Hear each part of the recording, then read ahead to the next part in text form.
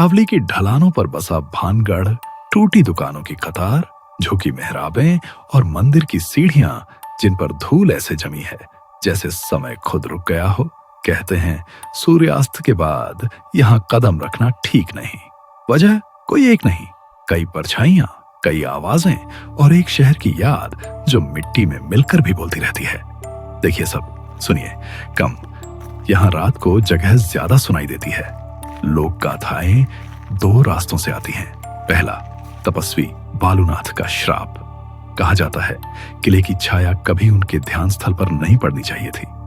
जब छाया लांघ गई तो शब्द नहीं, शाप टपका। यहां बसने वाले लौटेंगे नहीं, और जो लौटेगा अपने भीतर एक खाली कमरा लेकर जाएगा।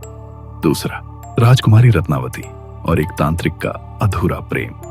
वशीकरण की शीशी पत्थर से टकराकर टूटी। तांत्रिक कुचल गया, पर अंतिम सांस में उसने शहर के भाग्य से समझौता छुड़ा दिया। कहते हैं उसी दिन से भानगढ़ के आंगन में खामोशी ने घर ले लिया।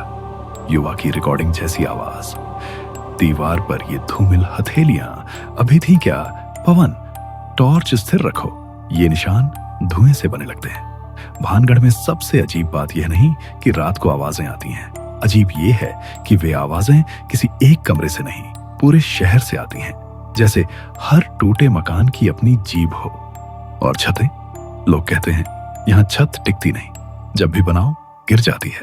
जैसे ऊपर का आकाश खुद नक्शे से इनकार करता हो। नाम मत लेना, यहां पुकारें वापस आती हैं। जो नाम रात में लिया जाए वह अगली रात जवाब मांगता है।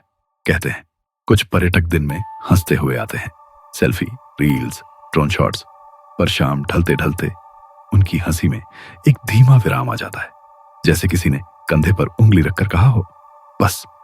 भानगढ़ में डर अक्सर दिखता नहीं, साथ चलता है। राह बनकर नहीं, परछाई बनकर। Voice over. अगर आना हो दिन में आना, धूप में दीवारों पर हाथ फेरना, पत्थरों की ठंडक और दरारों की भाषा पढ़ना, पर कान बंद रखना, क्योंकि यहां कहानियां फुसफुसाहट बनकर कान में नहीं, भीतर के कमरों में उतरती हैं। और जब कोई कहानी कमरे में एक बार बैठ जाए वापस आसानी से नहीं जाती। भानगढ़ स्मारक नहीं, आईना है। यहां जो दिखता है वह जगह नहीं, खुद होता है। और रात इस आईने पर सांस छोड़ देती है। कांच धुंधला पड़ जाता है, और जो भी नाम भीतर लिखा हो वह बाहर से पढ़ा जाने लगता है।